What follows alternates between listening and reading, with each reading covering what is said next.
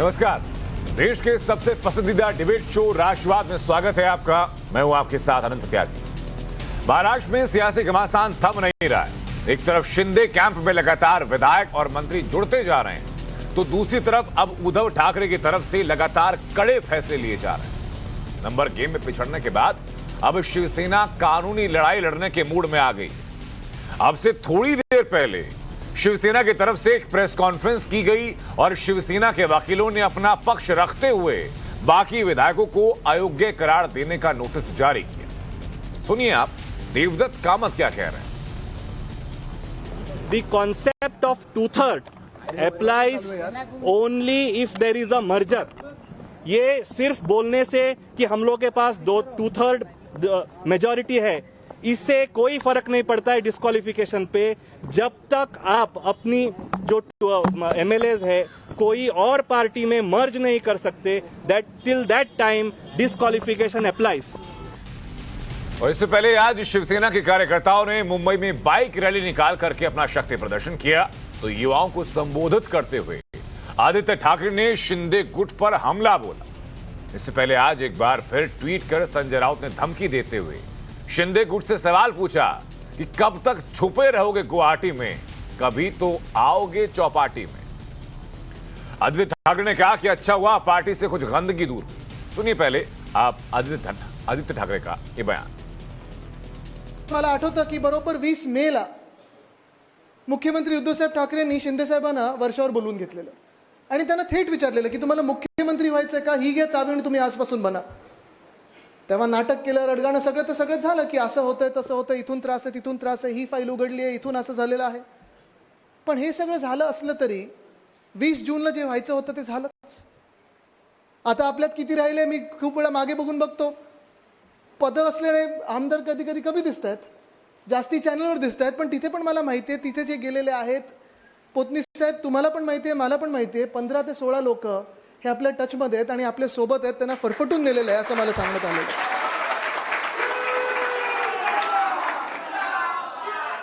पण जे बंडखोर आहेत, जे फुटीरवादी आहेत, त्यांना माफी नाही, त्यांना क्षमा करणार नाही महाराष्ट्र, हे आपण शपथ घेऊन पुढे निघालेलो आहे।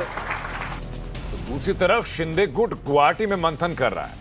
आज भी शिंदे गुट की बैठक हुई और इस बैठक से पहले एकनाथ शिंदे ने शाहू जी महाराज की जयंती पर ट्वीट करते हुए एक पोस्टर जारी किया और खुद को शिवसेना के विधायक दल का नेता बताया।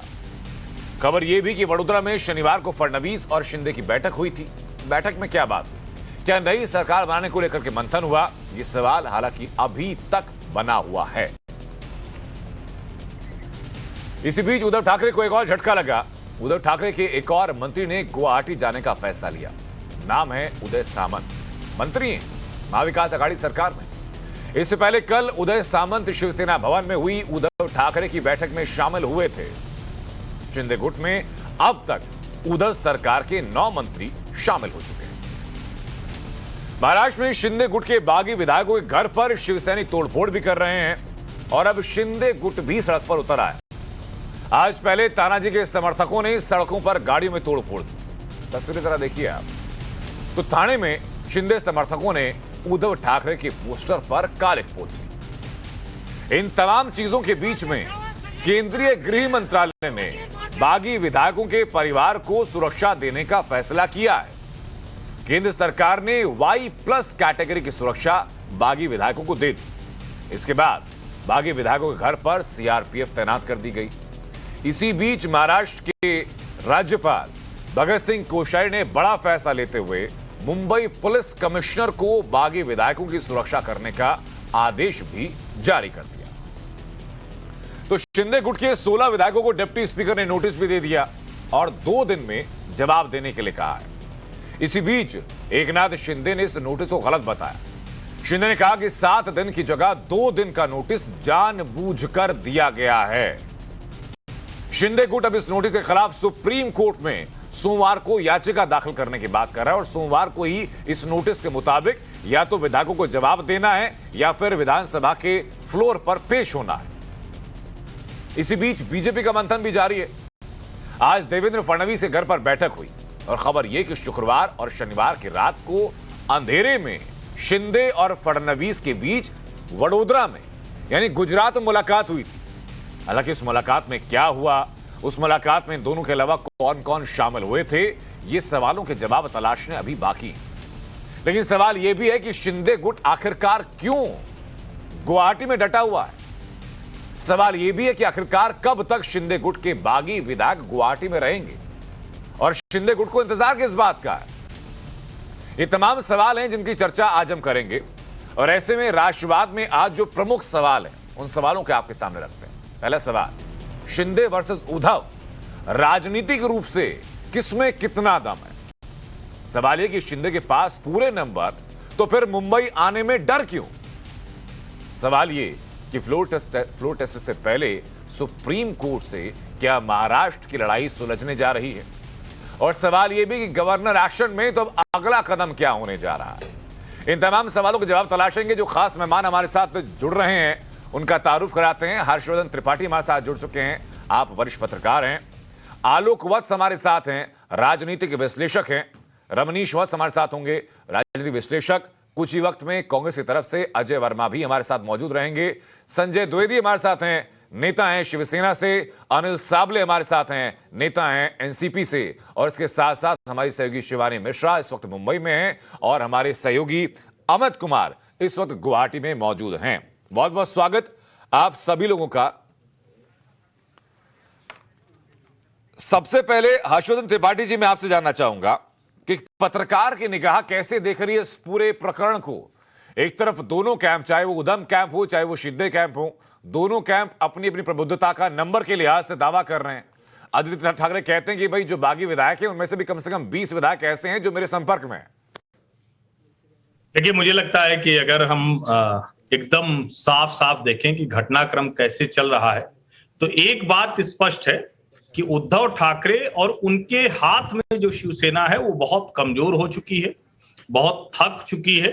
और जिसको कहते हैं ना कि जो आखिरी की एक ताकत लगानी होती है, उस पर उद्धव ठाकरे लगे हुए हैं। लेकिन इसका एक दूसरा पहलू है, जहां उद्धव ठाकरे पहुंच गए थे और जिस तरह से उनके साथ रहने वाले विधायक मंत्री भी छोड़ छोड़कर उनके जाते रहे, उसके बीच में जो एक साइकोलॉजिकल वॉर होती है, जो आप बयान देते हैं, जो भड़काऊ बातें करते हैं, जिसमें संजय राउत तो बहुत ही स्तरहीन बयानबाजी पर आ गए हैं, लेकिन उससे शिव सैनिकों के साथ साथ मीडिया में भी माहौल बनता है। और ये खबर चलने लगी कि अरे नहीं, कुछ विधायक तो हैं जो उद्धव ठाकरे के भी संपर्क में हैं। वहां एकनाथ शिंदे हैं, जो निश्चित तौर पर यह बहुत बड़ी बात है कि शिवसेना में इतनी बड़ी फूट वो कर पाए, अब तक के इतिहास में कोई कर नहीं पाया था। छगन भुजबल हो, नारायण राणे हो, कभी ऐसा हुआ नहीं। और उसके साथ एक और बड़ी चीज है, पहली बार महाराष्ट्र में ये हो रहा है कि शिवसेना के बागी के साथ शिवसैनिक सड़क पर उतर रहे हैं और उद्धव ठाकरे के पोस्टर पर कालिक लगा रहे हैं।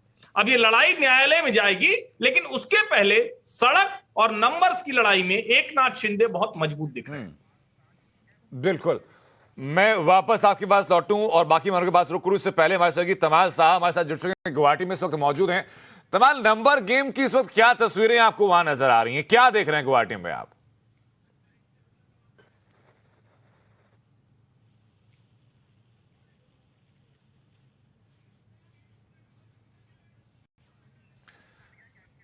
तमाल, आप तक आवाज आ रही है? मेरे ख्याल से कनेक्टिविटी इशू है, तमाल साथ तक आवाज नहीं पहुंच पा रही है। आलोक वत्स, मैं जानना चाहूंगा सर आपसे कि अब आदित्य ठाकरे दावा तो कर रहे हैं कि भाई कुछ और, कि भाई मेरे पास बहुत ऐसे विधायक हैं, 16 से 20 ऐसे विधायक हैं जो मेरे संपर्क में है, शिंदे ग्रुप में बैठे हुए हैं। तो ट्रोजन हॉर्सेस उनको नाम दिया जा रहा है कि भाई वहां पर जाकर सेंधमारी के फिराक में वो लोग हैं। लेकिन क्या वाकई संभव है ऐसा कि एकनाथ शिंदे जो पार्टी के अंदर अपनी मसल पावर दिखा चुके हैं, ऐसे ही बीच में उन विधायकों के बीच में आदित्य ठाकरे के लोग सस्टेन कर पाए अंदर बैठकर?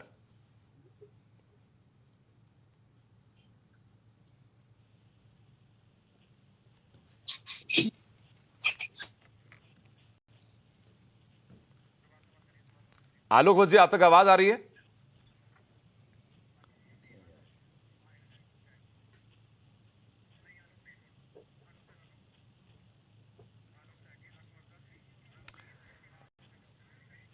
मेरे ख्याल से उन तक आवाज नहीं पहुंच पा रही है। संजय द्विवेदी लगातार बने हैं हमारे साथ शिवसेना से। संजय द्विवेदी जी, बताइए जरा कि शिवसेना का अगला फिर क्या स्ट्रेटेजी है? प्राथमिकता क्या है, पार्टी बचाना या सरकार बचाना?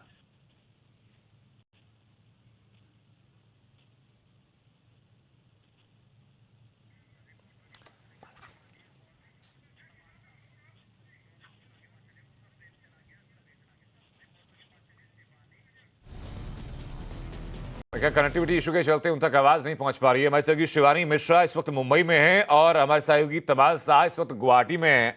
शिवानी बताइए जरा कि अब तक तो हम खाली देख रहे थे कि जो उद्धव ठाकरे की शिवसेना है, जो शिवसैनिक हैं, वो सड़कों पर हैं, लेकिन अब खबर यह भी है कि जो शिंदे ग्रुप के विधायक हैं, उनके जो समर्थक हैं, वो भी सड़कों पर हैं, मसल पावर दिखा रहे हैं। उद्धव ठाकरे के पोस्टर्स पर कालिख पोती जा रही है।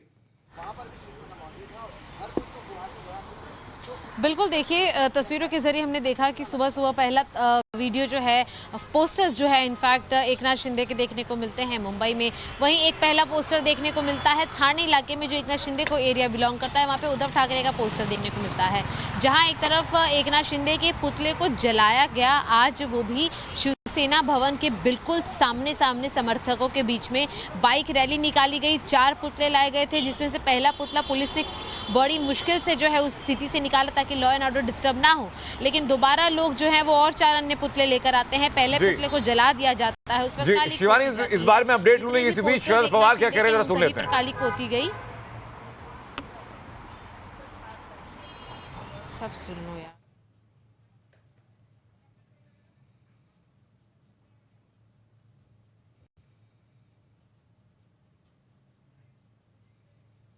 ये सब कल 11:30 बजे पार्लियामेंट में हम यशवंत सिन्हा जी का नॉमिनेशन मिलेंगे। क्या उम्मीद है कि संजय राउत ने बोला कि गुवाहाटी से 40 लाशें आएंगी।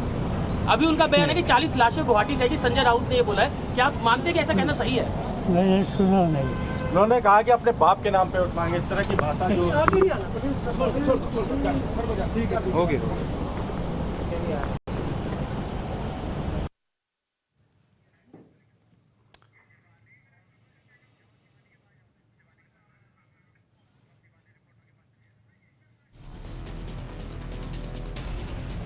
शरद पवार को आपने सुना और शिवानी हमारे सहयोगी लगातार हमारे साथ बनी हुई। जी शिवानी, बताइए जरा कि इस वक्त सड़कों की लड़ाई का जो जिक्र संजय राउत ने किया था, क्या तस्वीर आप देख रही हैं?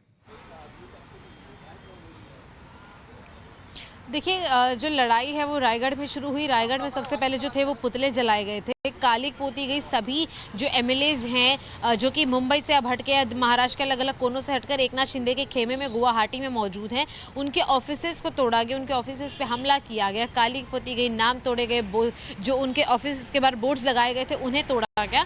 जिसके बाद फिलहाल हमने देखा कि संजय राउत का बयान आता है कि शिवसैनिक सड़कों पर भी उतरेगा और ये जंग भी वो जीतेगा। उसके बाद ही अग्रणी रूप से कुर्ला का पहला ऑफिस था एमएलए का, जो तोड़ा गया, फिर रायगढ़, फिर पालघर, फिर मुंबई का पूरा जो है वो रुख देखने को मिला है। फिलहाल सड़कों पर आज शिवसैनिकों ने रैली की। वहीं थाने का जो इलाका है, जो मैं मुख्य रूप से कह रही हूँ कि एकनाथ शिंदे को बिलोंग करता है, क्योंकि हर एक थानेकर एकनाथ शिंदे से पर्सनली बहुत ज़्यादा जुड़ा हुआ है, एकनाथ शिंदे का दबदबा वहाँ चलता है।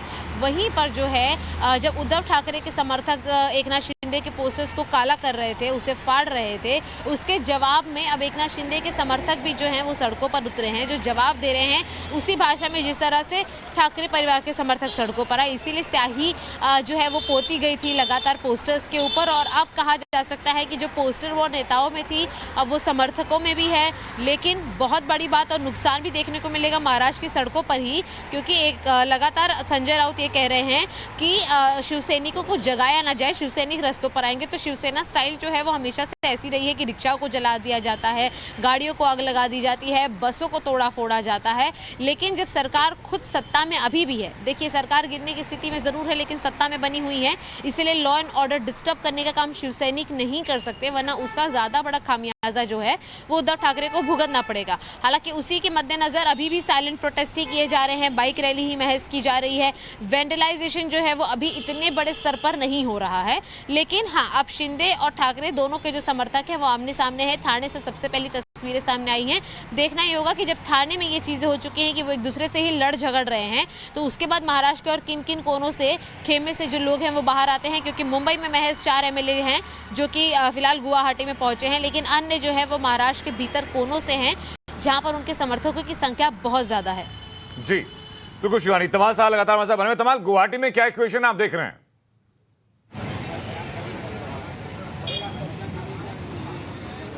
देखिए, दोपहर का जो मीटिंग था वो मीटिंग तो खत्म हो गया, लेकिन मीटिंग में बहुत सारे मुद्दे डिस्कस किए गए थे। एकनाथ शिंदे सबसे महत्वपूर्ण है कि एकनाथ शिंदे की जो कैंप है उसमें और एक एमएलए शामिल होने के लिए आ रहे हैं, रास्ते पे है। और शायद कुछ ही देर में उदय सामंत जो शिवसेना के एमएलए है, मंत्री है उद्धव ठाकरे की कैबिनेट में, और 8वां मंत्री हो जाएंगे जो एकनाथ शिंदे के कैंप में आके शामिल हो जाएंगे, जिससे उनका जो आंकड़ा भी बढ़ जाएगा। फिलहाल के लिए एकनाथ शिंदे का कहना है कि उनके पास 40 से अधिक शिवसेना की एमएलए है, लेकिन तस्वीरों की अगर हम लोग जांच करें तो, और हम लोग अपनी कैलकुलेशन करें तो लगता है उदय सामंत के आने के बाद वो शायद 39 तक हो जाएगा। लेकिन एकनाथ शिंदे का मानना है कि उनके पास आंकड़े है खुद के पार्टी का हक जमाने के लिए। और सबसे इम्पोर्टेंट है, कल हाईकोर्ट में जाने का एक संभावना है, और उसके ऊपर भी विचार हुआ, उसके ऊपर भी डिस्कशन हुआ आज की मीटिंग में। जी बिल्कुल, मैं वापस लौटूंगा आपके पास और तमाल, और इस बारे में लगातार जानकारी आपसे लेते रहेंगे। बाकी तमाम हमारे साथ जुड़े हैं। आलोक वत्स हमारे साथ हैं, रमनीश वत्स हमारे साथ हैं, अनिल सामले हमारे साथ हैं, अजय वर्मा हमारे साथ जुड़े हुए लगातार। आलोक वत्स, अगर आप तक मेरी आवाज पहुंच रही है, मुझे बताइए कि जरा कि अब शिवसेना की प्राथमिकताएं आपको नजर क्या आ रही हैं? उद्धव ठाकरे के सामने दोहरा संकट है, पार्टी बचाने का भी और सरकार बचाने का भी।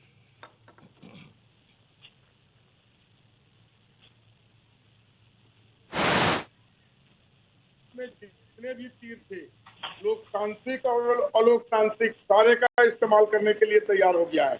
इस तरीके का भाषण और बयानबाजी उनके नेता दे रहे हैं कि शिव सैनिक हमारा इंतजार कर रहे हैं एक इशारे का। ये क्या इंगित करता है कि वो मारपीट करवाएंगे?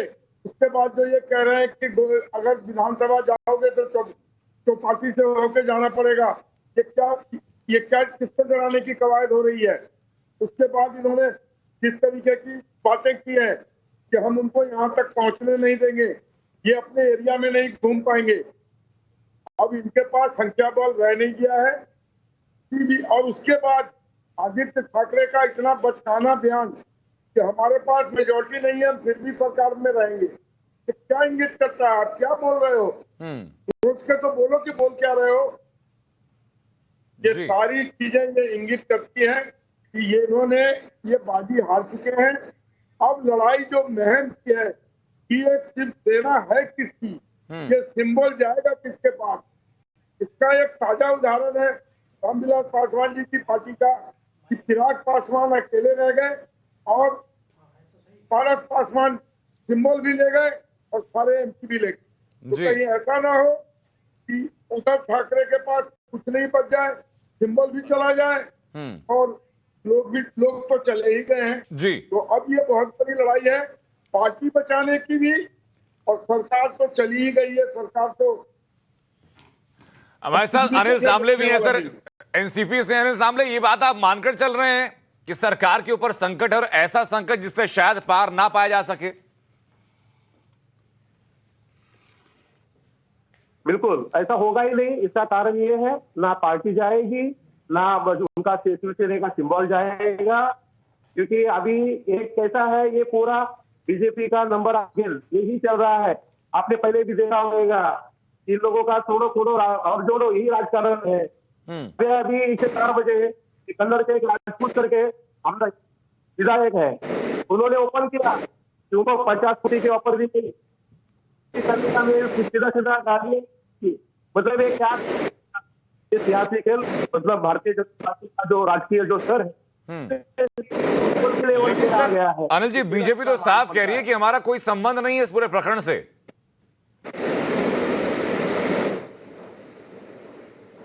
अरे सर, तो संबंध नहीं है तो वही संबोध क्यों जाते हैं? तुरंत में जाते हैं, उनको मिलते हैं, उधर से वो ट्रेन से बैठ के उधर होटल चले जाते हैं। आज का डेट में कितना खर्चा आ रहा है होटल का? ये तो सामान्य। लेकिन अनिल जी, इस वक्त समस्या आपकी ये नहीं होनी चाहिए ना सर कि होटल का खर्चा कितना है, पीछे कौन सी पार्टी है। पहली समस्या तो आपकी ये होनी चाहिए कि भाई किसी तरीके से शिवसेना के जो विधायक है वापस आए, ताकि आपकी सरकार बची रहे। बिल्कुल आएंगे। पवार साहब सीधा माननीय हमारे शरद पवार साहब जी ने सुबह बताया था कि हम लोग के कायदेशीर कानून ये है कि कायदेशीर कानून के साथ से हम लोग कायदेशीर लड़ाएंगे और हम लोग 100% जीतेंगे। क्योंकि उनके 101% जो बताए गए 16 से 17 डिस्क्वालीफाई होंगे ही होंगे। नंबर ऑफ प्लेयर्स उनके पास कुछ भी नहीं रहेगा।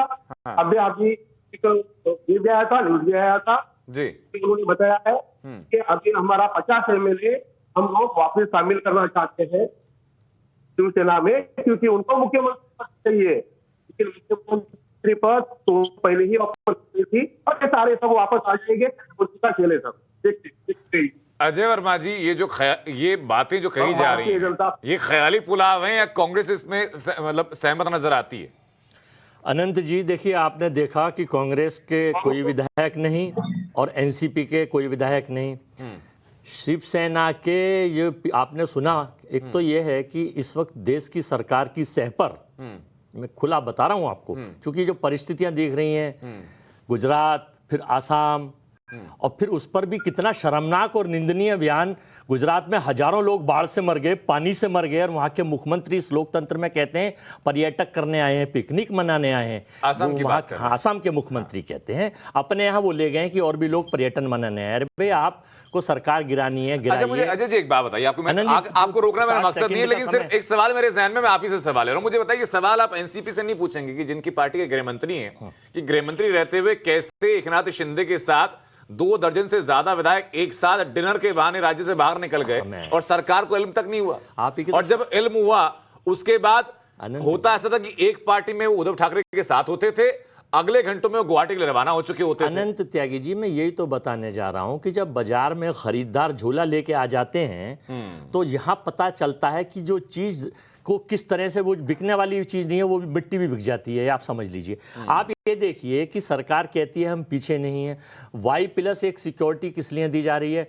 उस बेटी को, हाथरस की बेटी को, शिवसेना के लोग तोड़फोड़ कर रहे हैं, उनके घर वालों को खतरा है, सुरक्षा दी जा रही है। राइफल और बंदूक नहीं दिखाई दे रही। तानाजी सामंत के आदमी बंदूक और राइफल लेके दिख रहे हैं। ये फूल चढ़ा रहे हैं। ये नरेंद्र मोदी जी के साथ सरकार के मिलकर फूल चढ़ा रहे हैं। ये फूल हैं। और अगर मराठी मानुस, माटी और बाला साहब और वीर शिवाजी की धरती पर जो ये विखंडित करने का काम मिली भगत से किया जा रहा है, कितना निंदनीय काम है। इस पर आप कुछ नहीं कहेंगे कि मराठी धरती पर महाराष्ट्र के मराठियों को निंदनीय, सरकार की भूख देश की अपनी सत्ता बनाने की है। 2.5 साल पुराना जो फडणवीस साहब को जो पीड़ा है कि वो मुख्यमंत्री 2 दिन के बने और अब नहीं बन पाए, आज भी उस पीड़ा, आपने ऐसे लोगों के साथ गठबंधन कर लिया था जो लोग आसानी से बिक सकते हैं। देखिए, नहीं, हमारे गठबंधन में कहीं कोई दिक्कत नहीं, बिक नहीं रहे। बिकने का सवाल नहीं है। जब आप ईडी सीबीआई का भेजा इस्तेमाल होगा, आप Y+ सिक्योरिटी रामू सामू नत्थू मोहन फकीरा को दे देंगे। उस हाथरस की बेटी को आपने Y+ नहीं दी। आपके विधायक बलात्कार करके उसके परिवार के लोगों को एक्सीडेंट में मरवा देते हैं। ये पूरा देश देख रहा है। हम लोग सर एक ही मुद्दे पर रहेंगे, अलग अलग मुद्दे पर नहीं भटकेंगे सर। एक सेकंड, अलग अलग मुद्दों पर नहीं भटकेंगे सर, अलग अलग मुद्दों पर। एक सेकंड, छोटा सा कमेंट मैं चाहूंगा। संजय द्विवेदी मसा जुड़ चुके शिवसेना से, आप ये गठबंधन के साथी, सर उनको भी मौका दीजिए आप। करके सरकार की खूबियां, नीतियां, सरकार की शाही और तानाशाही बता रहे हैं। हमारी पार्टी हर बात करेंगे, आप महाविकास अघाड़ी की बात नहीं करेंगे। मेरा छोटा सा सवाल संजय द्विवेदी जी आपसे, की प्राथमिकता क्या है उद्धव ठाकरे की इस वक्त पर? सरकार बचाना या पार्टी बचाना? पहला खतरा कहां देख रहे हैं? जी मैं तो समझ ही नहीं पा रहा ये मीडिया में खबरें चल क्यों रही, क्या मीडिया में खबरें चलाने वाले कौन? अभी फिर मैं एक बात कहूंगा, हिंदुत्व राष्ट्रवाद की बात करने वाले बीजेपी के अध्यक्ष सुनेता हिंदुत्व राष्ट्रवाद पर काम नहीं कर रही है। आज शिंदे जी के मुंह से वही निकल रहा है, तो क्या मैं समझू? अब आपने अभी मीडिया कह रही है चोरी से शिंदे जी मिलने गए। अब बताइए, चोरी से मिलने गए, विधायक क्यों की फोटो में भेज रहे हो साहब, फोटो में पूरे मीडिया में जा रहे साहब, ये विधायक, ये कौन विधायक है नहीं है भगवान जाने, वो तो डिप्टी स्पीकर जान पाएगा ना, तो हम तो नहीं जानते ना। नहीं, उसका इलाज संजय जी एक है। देखिए, आपकी इस दुविधा का इलाज एक है। फडणवीस जी से चुपचाप मिलने गए, असम के मुख्यमंत्री को पर्यटन घुमा करवा रहा है भाई, वाह। यहाँ सरकार उनको नहीं पता है कि सभी बागी विधायक है और सरकार से भागे हुए विधायक है, शिवसेना से भागे विधायक है, ये असम के मुख्यमंत्री को दिखाई नहीं पड़ता। वो कह रहे हैं हमारा पाप विधायक है, इनको मैं स्ट्रेस कर रहा हूँ। कितनी हास्यास्पद बात है, कितनी मतलब अजीब टाइप की बात है। जिस राजनीतिक दल का केंद्र में सरकार हो, 21 राज्यों में सरकारें हों, मध्य प्रदेश में चोरी सरकार बना ली हो, कर्नाटक में चोरी से बना ली हो, उत्तराखंड में चोरी से बना ली हो, गोवा चोरी से बना ली हो, विधायक को तोड़ के बना ली हो, विधायक को इस्तीफा दे के बना ली हो।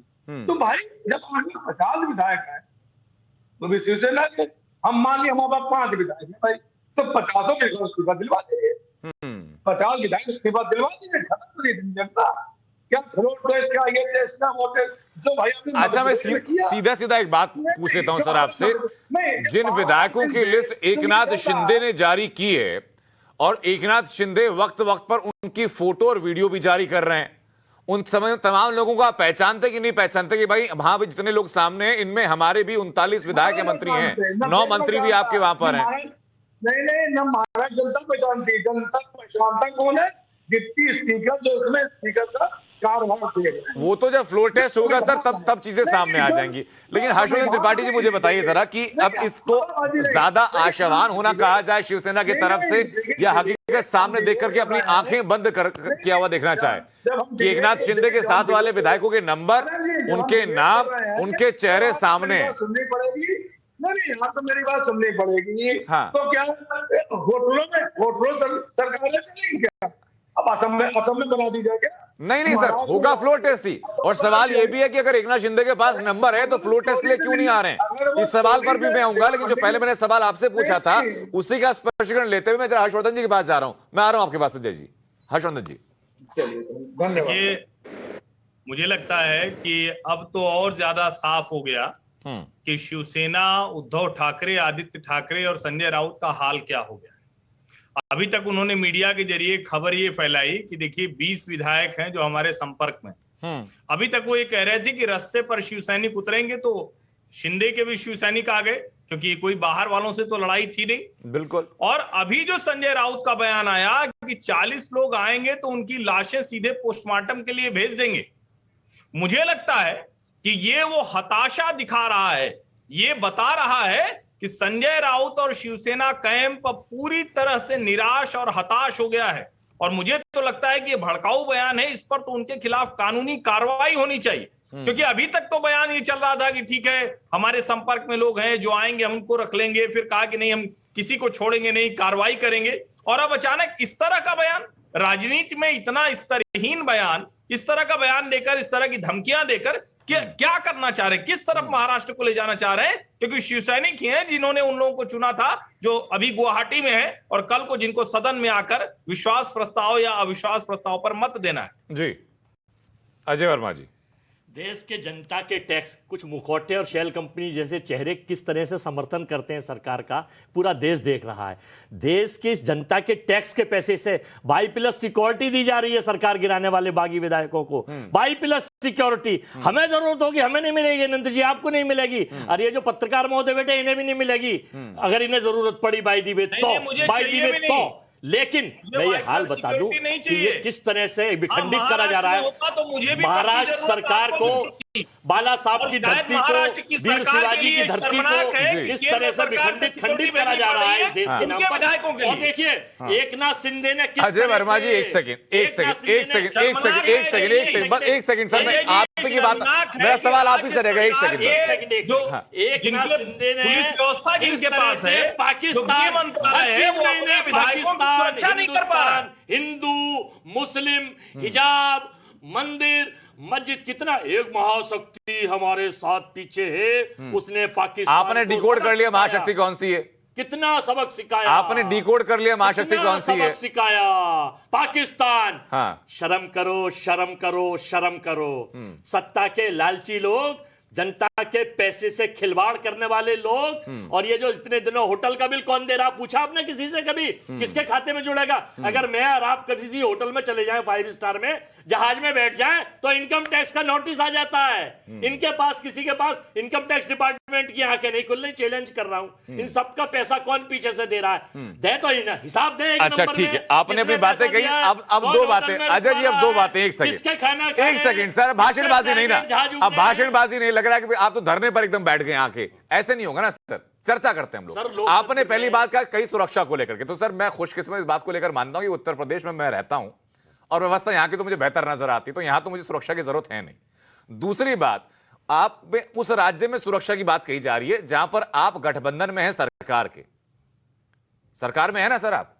आप पूछते रहे तो फिर अगर आपकी सरकार रहते हुए विधायकों के परिवारों को वाई श्रेणी की सुरक्षा केंद्र की तरफ से दी जाने की जरूरत पड़ रही है, तो सवाल तो पहले आपके ऊपर उठता है सर। व्यवस्था आपकी क्या है? बेटी से बलात्कार हो रहे हैं, नहीं अजय जी एक सेकंड, डाइवर्जन नहीं सर, डाइवर्जन नहीं, सेकंड मॉरली कोई भी अजय जी डाइवर्जन नहीं, आपका समर्थन नहीं करेगा। फिर मैं सवाल पूछूंगा आपसे उस बारे में कि आप चुनाव जाकर लड़े उनके साथ जो कहते थे कि लड़कों से गलती हो जाती है। फिर मैं सवाल पूछूंगा आपसे सर कि आपने गठबंधन किया उनके साथ जो कहते थे कि लड़कों से गलती हो जाती है, बताने के बारे में सवाल पूछेंगे।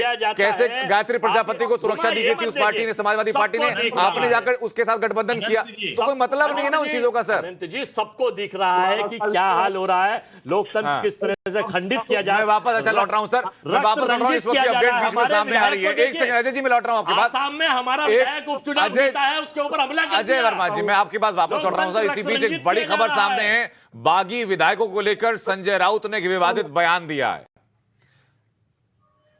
संजय राउत का बयान जरा सुनिए आप। त्याला डायरेक्ट सभागृहात पोस्टमॉर्टम मध्ये पाठवू।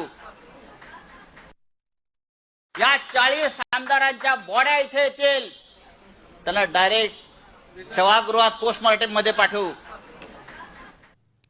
अब संजय द्विवेदी जी, इस बयान का जिक्र जो कुछ वक्त पहले हर्षवर्धन त्रिपाठी जी ने भी किया था और आपको सुनवा भी दिया, अब इसको कैसे जस्टिफाई आप कर देंगे? देखिए जस्टिफाई नहीं होगा, जस्टिफाई करने कोई मतलब नहीं, जस्टिफाई सही है बयान। नहीं सुन तो लीजिए, बड़े हो तो बोल तो फिर आप।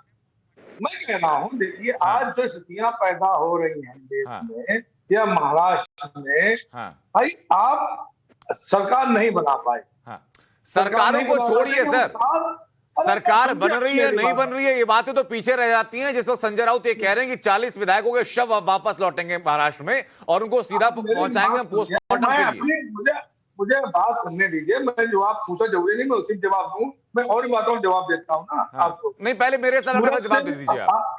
अरे पहले सूरत से आसाम गए, वहां मुख्यमंत्री मिलने आए, रात में वो जो है देवेंद्र फडणवीस से मिलने आए। देखिए 22 सूचना दी गई, इसका मैं विरोध नहीं करता हूं, लेकिन हाँ 22 सूचना किसको दी गई? जो सरकार गिनाने वाले व्यक्ति हैं। देखिए मेरा स्टैंड ये है संजय द्विवेदी जी, एक सेकंड आपकी बातें मैंने सुनी, इसी बात को लेकर कुछ वक्त पहले अजय वर्मा ने भी सवाल पूछा था और मैं यही सवाल लेकर के रमनीश वत्स के पास चला जाता हूं। रमनीश वत्स, क्या संजय राउत का बयान अपने आप में ये स्टैंप नहीं है कि आखिरकार क्यों नहीं वायु श्रेणी की सुरक्षा दी जानी चाहिए? संजय राउत का कद शिवसेना के अंदर क्या है ये सब जानते हैं, शिवसेना उनकी कितनी बातों पर कैसा एक्शन लेंगे ये सब जानते हैं। संजय राउत कहते हैं कि 40 विधायकों के शव वापस लौटेंगे और सीधा भेजेंगे उनको पोस्टमार्टम के लिए। ये अपने आप में देखिए कितना विवादास्पद बयान है। अनुज जी, विनाश काले विपरीत बुद्धि, और विपरीत बुद्धि इस कदर से हावी हो चुका है। संजय राउत, मैं शिवसेना की बात ही नहीं करूंगा क्योंकि शिवसेना में सिर्फ उद्धव ठाकरे और आदित्य ठाकरे और संजय राउत नहीं चलाते थे। शिवसेना बाला साहब के विचारों के ऊपर चलती, विचारधारा के ऊपर चलने वाली पार्टी है। और आज ये सवाल पूछते हैं ना कि कैटेगरी की सुरक्षा किसको मिलनी चाहिए? अरे सुरक्षा किसको मिलनी चाहिए कि आप अपने गुंडे को भेज करके उनके घर में तोड़फोड़ करते हैं, आप तोड़फोड़ करते हैं, उसके बाद आप असुरक्षा की भावना पैदा करते हैं उनके परिवार के लिए, तो उनको सुरक्षा तो मिलेगी। और सुरक्षा यदि केंद्र सरकार नहीं देगा तो देगा कौन? क्योंकि आपने तो स्पष्ट कर दिया कि मैं इनके नेताओं को, मतलब मैं विधायकों को सुरक्षा दे सकता हूं, उनके परिवारों का मुझे कोई लेना देना है। आखिर क्यों लेना देना नहीं है? क्या उनके परिवार कल को आपके परिवार थे, सैनिक थे, आपके सिपा सलाह थे? एक सेकंड सर, अब सारे मुद्दे एक साथ एक डिबेट में नहीं सोचेंगे। अजय वर्मा जी, मुझे मजबूरन सर फिल्टर डाउन करना पड़ेगा, ओवरलैप नहीं कर सकते। अजय वर्मा जी मुझे मजबूरन ओवरलैप नहीं कर सकते सर आप, मुझे आपका फिल्टर डाउन करना पड़ेगा सर। देश की नारियों के साथ अजय वर्मा बलात्कार जी। होते हैं सरकार में, वो आपको नहीं दिखेगा। आप लोग भी मुखौटा पहने बैठे हैं, तब आपकी बाड़ी नहीं निकलती क्या उनके परिवार को सुरक्षा चाहिए। अच्छा ठीक है अजय वर्मा, मुझे एक बात बताइए, तिलक चढ़ा के मुझे एक बात मार दिया बताइए, जाता है, मुझे एक बात आपके बताइए परिवार के सर। लोगों को अजय वर्मा जी, जमानत नहीं चीखने दी से बात नहीं जाती है। बनेगी। शेर, अजय वर्मा जी, शेर। चीखने से बात नहीं बनेगी। लग रहा है कि आप जैसे धरना प्रदर्शन बना के बैठ गए हैं सर। ऐसा नहीं है ना सर, बाकी मेहमान उतने ही महत्वपूर्ण है जितने आप हैं। अगर कोई और मेहमान बोल रहा है सर तो बीच में नहीं बोल सकते। अजय वर्मा जी, अगर कोई मेहमान बोल रहा है तो बीच में नहीं बोल सकते सर, साफ साफ फंडा है ये, साफ फंडा है सर इस डिबेट का। सरकार छोड़िए, पहले मैं अपनी डिबेट की बात कर रहा हूं सर। लेकिन आप कम से कम देश की जनता का टैक्स। अजय वर्मा जी, मैं अपनी डिबेट की बात कर रहा हूं। अगर कोई एक मेहमान बोल रहा है तो सर ओवरलैपिंग नहीं होगी। ये पहला और इकलौता रूल है सर। बाला साहब नहीं हो जाएंगे। अनंत जी, बाला साहब कॉपीराइट है क्या? बाला साहब मतलब क्या अर्थ क्या है? हिंदुत्व का एक आइकन और उनके हिंदुत्व के विचारों की हत्या किसने की? हाँ। सबसे पहले किसी ने की? हाँ। तो वो है उद्धव ठाकरे ने, जब महाअघाड़ी सरकार हिंदुत्व की विचारधारा की बात मैं करूं रमनीश्वर, उससे पहले मैं जानना चाहूंगा अनिल सांबले आपसे कि संजय राउत के बयान से एनसीपी सहमत है क्या? एक सवाल है मेरा, एक सवाल है सिर्फ एक सेकंड रमनीश जी, एक सेकंड बस। रमनीश जी एक सेकंड, मैं आपके पास लौटूंगा, उससे पहले मैं जरा अनिल सांबले साहब से जवाब ले लूं। कांग्रेस की साथ होती है अनिल सांबले साहब, इस बात से किस सहमत हैं आप जो बात कही है संजय राउत ने? अनंत जी, एक बार और आप प्रश्न दोहराएंगे? मेरा सवाल सर ये अनिल जी से है। अनिल जी, संजय राउत के बयान से सहमत हैं आप कि 40 विधायकों के शव वापस लौटेंगे, सीधा भेजेंगे पोस्टमार्टम के लिए? वाह वाह वाह, बारे महाअघाड़ी सरकार, बारे महाअघाड़ी सरकार। कहाँ जा रही है सरकार? है ऐसी सरकार होनी चाहिए। मेरा सवाल ये अनिल जी से है जरा। रमनीश जी, मेरा सवाल ये अनिल जी से है, पहले तो जवाब देते हैं। अनिल सांबले जी, आवाज पहुंच रही है सर आप तक? सही मैं पूछना चाहता हूँ कि आप हनुमान चालीसा का पाठ करता है तो हाँ, एक सेकंड रमनीश्वर, एक सेकंड अजय वर्मा, एक सेकंड अजय वर्मा चर्चा का डेकोरम। अजय जी, चर्चा का डेकोरम गजब हाल है सर, तो ये बोले गजब हाल है सर। अरे सवाल मेरा अनिल जी से है, रमनीश्वर बोल चुके हैं। अभी कैसा है कि अभी बताया गया है संजय राउत जी का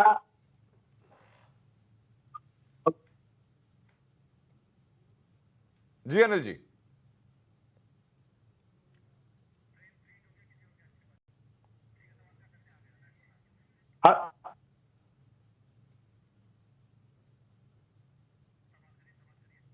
बोलिए सर, आपकी आवाज हम तक पहुंच गई अनिल जी।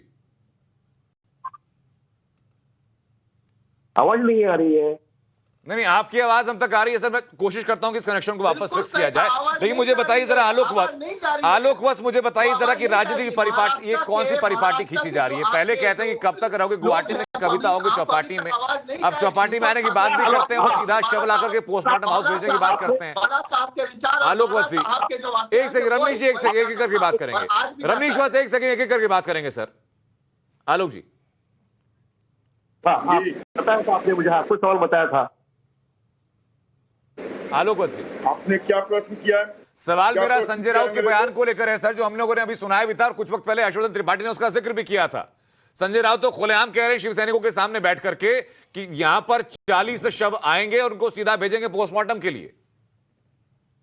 देखिए, मैंने पहले भी दूसरे भी चैनल पे ये कहा है कि संजय राउत के ऊपर FIR दर्ज करके इनको तुरंत अरेस्ट करना चाहिए।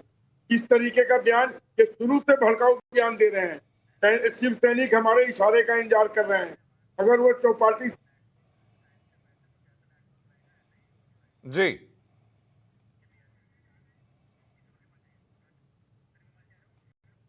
मेरे ख्याल से आलोक जी आपकी आवाज हम तक नहीं पहुंच पा रही है। अजय वर्मा मुझे बता दीजिए सर, और बिना लाग लपेट के सीधा मुद्दे की बात करेंगे। अजय जी, आपने पूछा कि भाई वायु श्रेणी की सुरक्षा क्यों दी जा रही है, जवाब मिला संजय राउत के बयान से आपको? देखिए, ये आप बेहतर आनंद जी, अगर संजय पहले तो बता दीजिए कि उनसे वो बयान सही है कि गलत है। उसी पे बात कर रहा हूँ। हाँ। कि शिवसेना के संजय राउत जी ने जो बयान दिया है, वो एक समाज सेवी हैं, राज्यसभा सांसद हैं। बेहतर होगा आप उनसे पूछेंगे कि उनके बयान का क्या अर्थ है। आप सरकार में गठबंधन में हैं सर, आप सहमत हैं या असहमत हैं ये बता सकते हैं आप अपने हिसाब से? लीजिए जरा, आप पूरा बयान पढ़िए उन्होंने क्या कहा है। हाँ। कि हम उनके, मैं दोबारा सुनवा दूं सर आपको? पूरा पढ़ो ना, आधा मत पढ़िए। मैं दोबारा सुनवा दूं आपको? उन्होंने कहा सिंबॉलिक तौर पर हम मैं उन्हें सुनवा दूं विधानसभा आपको? भेजेंगे। एक सेकंड, अगर हम लोग दोबारा मैं आपको बयान सुनवा देता हूं सर वाला। पढ़िए, पूरा पढ़िए। वो मैं आपको दोबारा सुनवा देता हूं संजय राउत का बयान, कि संजय राउत ने क्या कहा था। आप जरा एक बार सुन लीजिए पहले, वो लोग तो एक सेकंड सुन लीजिए सर पहले। 40 आमदारांच्या बॉड्या इथे येतील, त्यांना डायरेक्ट सभागृहात पोस्टमॉर्टम मध्ये पाठवू। या 40 आमदारांच्या बॉड्या इथे येतील, त्यांना डायरेक्ट सभागृहात पोस्टमॉर्टम मध्ये पाठवू। यहाँ 40 विधायकों के शव आएंगे और पोस्टमार्टम के लिए सीधा विधानसभा भेजेंगे। बताइए जरा। लिख रहा है ना कि वो दिल से जिंदा नहीं है, जिंदा लाश, सिंबॉलिक आइडियम एंड पैरास। आप पढ़िए उसका अपना मतलब, हर आदमी अपने अपने से निकालता है। एक उदाहरण छोटा सा सुना दूं तो समझ जाओगे। एक चिड़िया सुबह ही सुबह बोल रही थी, कहाँ? पार्क में। 4 लोग घूमने गए, उसमें एक पहलवान था, एक पंडित जी थे, एक मौलाना थे, एक व्यापारी थे। तो मौलाना ने कहा चिड़िया क्या बोल रही है? उन्होंने कहा ये बोल रही है खुदा तेरी कुदरत। अरे भाई सुन लो, अभी इसमें ना बोलो। दूसरे उन्होंने पूछा कि ये सब्जी वाले ने क्या कह रही है, बेच रही है चिड़िया? तो वो चिड़िया तो एक ही बात बोली थी, उन्होंने कहा ये बोल रही है नीली नारंगी कमरक। अब पंडित जी से बोला कि पंडित जी क्या बोल रही है? पंडित जी बोले ये बोल रही है राम सीता लक्ष्मण। अब मुल्ला जी से पूछा, मुल्ला जी बोले खुदा तेरी कुदरत। तो भाई चिड़िया एक बोल रही थी, बयान को 4 लोगों ने अलग अलग निकाला। ये संजय राउत सर, संजय राउत महाराष्ट्र में चिड़िया की हैसियत नहीं रखते हैं। बीच में ये बोल रहे हैं, ये बीच एक सेकंड, मैं बता रहा हूँ संजय जी आपको, मैं कह रहा हूँ संजय राउत महाराष्ट्र की राजनीति में चिड़िया की हैसियत नहीं रखते हैं, वो बाज की हैसियत रखते हैं। संजय राउत राज्यसभा सांसद है और उन्होंने क्या क्या है बेहतर वो बताएंगे। ठीक है, लेकिन किस तरह से लोकतंत्र को खंडित करने की मैं निंदा करता हूँ, चुनी हुई सरकार के रहने की, और ये वीर शिवाजी की धरती का अपमान, ये बीजेपी और उसका ठीक है। रमेश वत्स, एक सेकंड, अब रमेश वत्स बात सुन लेते हैं। बहाना शिवसेना के भाजपा विधायक है, लेकिन कंधे पर हाथ पूरा देश देख रहा है किसकी है वो महाशक्ति और ताकत कौन है। ठीक है अजय जी, रमेश वत्स अभी देखो एक और एक second sir, personal commenting Ramesh Vats. Hindutva का आप बताइए, सबसे बड़ा आइकॉन माना जाता था हमारे देश से बाला साहब देश का संविधान आपको अलाउ नहीं करता है। अगर आप ये बात करेंगे या हिंदू मुस्लिम सिख ईसाई सबको समानता का अधिकार है, सबको साथ चलने का अधिकार है, तो आप एक काम करिए ना, नेता मतलब नीति आप निर्धारण नए करने वाला भाषण देके किसके साथ लेके बैठ जाते आप बताइए, कांग्रेस के साथ आप जो वीर सावरकर को तरीके से गाली देता है, लोकतंत्र या हिटलर जो शाही की हमारे बात वीर मत सावरकर को करिए। गाली जर्मन देता में भी है, यही हुआ था, नाजी वर्सेस जूज हुआ था, का महाराष्ट्र है वो, बाबा साहब। एक सेकंड, चर्चा को डिरेल नहीं करते हैं सर, एक सेकंड अजय जी, रमेश वत्स चर्चा को डिरेल नहीं करते हैं, मुद्दे पर हम लोग बने रहते हैं। और आप जो कह रहे हैं कि संविधान में लिखा हुआ है, अगर आपको खूब याद होगा सर, ये किसने कहा था कि देश के संसाधनों पर पहला हक जो है वो अल्पसंख्यकों का है। ये अजय जी आपको खूब याद होगा, आप ही की पार्टी की तरफ से बयान दिया गया था, नाम मैं नहीं लेना चाहूंगा चर्चा में उसको, अगर आप कहेंगे तो आपको बता भी दूंगा मैं कि कब दिया गया था। मैं बता रहा हूं सर, और उसका इशारा क्या था, इशारा भी सब समझ लेते। बौद्ध, पारसी, ईसाई, अल्पसंख्यक में मुसलमान ही नहीं आते। मैं तो नाम नहीं लिया सर, बौद्ध, पारसी, ईसाई, अजय वर्मा, मैंने तो किसी धर्म जाति का नाम नहीं लिया, आप खुद ही बता रहे हैं। और अगर कमजोर वर्ग को कोई प्रधानमंत्री कहता है कि संसाधनों पे हक है, पहला या दूसरा या तीसरा, तो उससे हल नहीं, कोई कानून तो नहीं बन गया। एक सेकंड मैं वापस लौटूं। इस वक्त हमारे साथ दीपक केसरकर जुड़ चुके हैं, शिवसेना के विधायक के, लेकिन इस वक्त शिंदे समूह में शामिल हो चुके हैं। दीपक जी बहुत बहुत स्वागत है आपका। सबसे पहले दीपक जी, सवाल यह लगातार उठाया जा रहा है कि एकनाथ शिंदे जो अपने नंबर स्ट्रेंथ को लेकर दावा कर रहे हैं, वो नंबर स्ट्रेंथ झूठी है, कल्पनीय है। कल्पनीय कैसे होगी? हमारे पास अभी तो 50 विधायक है जो इंडिपेंडेंट है, जो उन्होंने शिवसेना को सपोर्ट किया था, प्लस शिवसेना के खुद के विधेयक है। कल तक हमारी स्ट्रेंथ 38 है, आज वो 39 हो गई और टोटल स्ट्रेंथ 51 हो गई। तो दिन ब दिन वो बढ़ता जा रहा है। वो क्यों भेज रहे हैं? उनको नहीं भेजना चाहिए। बोलिए, उनको रिक्वेस्ट कीजिए कि आप मत जाइए, फिर भी वो आ रहे हैं ना। मतलब इसमें कुछ सब्सटेंस है कि वो लोग नाराज है, और खुद कैबिनेट मिनिस्टर्स आ रहे हैं, अपना पद छोड़ के आ रहे हैं। तो ये कोई एक अलग सी बात है जिसके बारे में उनको एनालाइज करना चाहिए, उनको सोचना चाहिए और आगे चल के कुछ कदम भी लेने चाहिए, ताकि ऐसा नहीं हो। और एक अपने जो उनके ये है स्पोक्स पर्सन, उनको सही ढंग से ब्रीफिंग देनी चाहिए जब वो आते हैं ये करने के लिए। वो बहुत ही भड़काऊ वक्तव्य करते हैं, और जिस तरह से वो वक्तव्य करते हैं कोई भी वापस नहीं आएगा। पूछ रहे हैं कि अगर नंबर स्ट्रेंथ आपकी मजबूत है, एंटी डिफेक्शन लॉ आपके ऊपर लागू नहीं होता, ये आप मानकर चल रहे हैं, तो फिर फ्लोर टेस्ट के लिए कब तक का इंतजार है? फ्लोर टेस्ट के लिए विधानसभा का अधिवेशन बुलाना पड़ता है। जब भी विधानसभा का अधिवेशन बुलाएंगे हम लोग सीधा विधानसभा में आ जाएंगे। हम उसके लिए बिल्कुल नहीं डरते। ये तो जो टैक्टिक्स चलती है, देखिए रास्ते पे जाना, किसी के ऑफिस तोड़ना, किसी का घर तोड़ना, कोई अपने पैसे से कोई अपना घर बनाता है, उसका एक सपना रहता है मेरा एक अच्छा घर रहे। लेकिन दीपक जी, लोग तो ये भी पूछ रहे हैं ना कि भाई अगर आप लगातार लेटर लिख रहे हैं, अपने विधायकों की लिस्ट जारी कर रहे हैं, अपनी नंबर स्ट्रेंथ बता रहे हैं, तो फिर क्यों नहीं आप खुद ही मांग कर देते कि भाई आइए फ्लोर टेस्ट कर लेते हैं। शरद पवार भी यही कह चुके हैं, संजय राउत भी यही कह चुके हैं। उनके ऊपर उपाध्यक्ष है ना, उनको बोलने के लिए बोलिए, उनकी ही पार्टी के उपाध्यक्ष है, उनको रिकॉग्निशन देने के लिए बोलिए ना पवार साहब को। पवार साहब अगर ऐसे बोलते हैं तो उनके पार्टी से वो चुन के आए हैं। जबकि मैं ऐसे नहीं बोलता कि किसी पार्टी का उपाध्यक्ष रहता है, लेकिन हमें बोलने से उन्हें बोलना अच्छा है ना कि ये कानूनी है, ये जो चीज है वो कॉन्स्टिट्यूशनल है, तो उनको उस पर अमल करना चाहिए कि इनकी स्ट्रेंथ ज्यादा है तो उनको रिकॉग्नाइज करना चाहिए। उन्होंने क्या किया कि उन्होंने 16 लोगों ने जो चिट्ठी दी थी, उस चिट्ठी के आधार पर 55 लोगों के ग्रुप का नेता चेंज कर दिया। ऐसा कभी होता है क्या? एक चीज नहीं होती है डेमोक्रेसी में। डेमोक्रेसी में जिसके पास नंबर रहता है वही जीत जाता है। हमारे पास नंबर है। तो दीपक जी हमारे साथ संजय द्विवेदी भी हैं, हाँ, है ना? वो ये कह रहे थे लगातार कि भाई ये फ्लोर टेस्ट तो होना चाहिए। संजय द्विवेदी जी, आपके सामने दीपक केसरकर ये स्वीकार कर रहे हैं कि भाई आप आमंत्रित कीजिए, विधानसभा का जैसे ही अधिवेशन शुरू होता है हम फ्लोर टेस्ट के लिए तैयार हैं सर। और वो ये भी कह रहे हैं कि भाई 39 उनके पास शिवसेना के विधायक और कुल विधायकों की संख्या उनके पास 51 है। नहीं, केसरी जी से मैं एक चीज पूछना चाहता हूँ। पहला सवाल तो ये, जब ये गठबंधन की बात चल रही थी, 2 दिन के लिए मुख्यमंत्री बन गए थे, सीपी के गठबंधन से बन गए थे मुख्यमंत्री माननीय देवेंद्र फडणवीस, ठीक है, और भारतीय जनता पार्टी ने बनाया था, तो आपको दुख नहीं पड़ सका। दूसरी बातें मैं पूछूंगा। दूसरी बात, आप जब माननीय उद्धव ठाकरे को नेता चुना गया मुख्यमंत्री के लिए, तो क्या उस बैठक में नहीं थे? आपने क्या हाथ खड़ा नहीं किया था क्या? ये आप जितने विधायक हैं, मुझे गिनती नहीं मालूम है, उन विधायकों ने नेता नहीं चुना था क्या? ठीक है सर, मैं जवाब लेता हूँ। दीपक जी आप तक सवाल पहुंचे हैं। अब फोन पर तो आपको उद्धव ठाकरे के लोगों के साथ बातचीत हो रही नहीं हो रही है, लेकिन नवभारत पर आपकी सीधी बातचीत करवा दी। देखिए, मैं आपको ये कहना चाहता हूं कि हम तो पार्टी के चिन्ह पे जीत के आए हैं जी। ये तय हुआ था बीजेपी और शिवसेना के बीच कि वो आधा आधा बांट के लेंगे सीएम का पोस्ट, और उसी चीज पे ये दोनों पार्टियां अलग हो गई। पार्टियां अलग होने की वजह से एनसीपी और कांग्रेस को चांस मिला सत्ता में आने का, नहीं तो वो उनको तो लोग हरा चुके थे। ये हकीकत है। और देखिए, अगर हमारे पार्टी के चीफ सीएम बनते तो हमें भी उसका गर्व होगा। हमने उनको जरूर सपोर्ट किया, लेकिन सारी अच्छी डिपार्टमेंट चली गई एनसीपी के पास, उसमें से जो बची थी वो गई कांग्रेस के पास, और शिवसेना के पास क्या बचा? ऐसी पोर्टफोलियोज जिससे जनता का काम नहीं होता है, ऐसी पोर्टफोलियोज बच गई शिवसेना के पास। फिर भी हमें उम्मीद थी कि जब काम चालू हो जाएगा सरकार का, तो मुख्यमंत्री इंटरवीन कर सकते हैं कोई भी डिपार्टमेंट में, और वो हमको न्याय दे सकते हैं। मुख्यमंत्री का नाम दीपक केसरकर जी आपने लिया, तो आदित्य ठाकरे के बयान का जिक्र भी सर मैं यहाँ पर करना चाहूंगा। दीपक जी, आपको इंटरप्ट करते हुए बीच में एक सेकंड संजय जी, एक सेकंड, मैं एक सवाल ले लूं, उसके बाद संजय जी अपनी बात आप कहिएगा। दीपक जी, अभी आदित्य ठाकरे की तरफ से कहा गया कि हालिया 20 तारीख को उद्धव ठाकरे की तरफ से एकनाथ शिंदे को ऑफर किया गया था कि क्या वो सीएम बनना चाहते हैं। उस ऑफर में एकनाथ शिंदे का रिप्लाई क्या था? क्योंकि अब आरोप ये है कि एकनाथ शिंदे सीएम की कुर्सी चाहते हैं, इसलिए पूरा ये पटकथा लिखी गई है।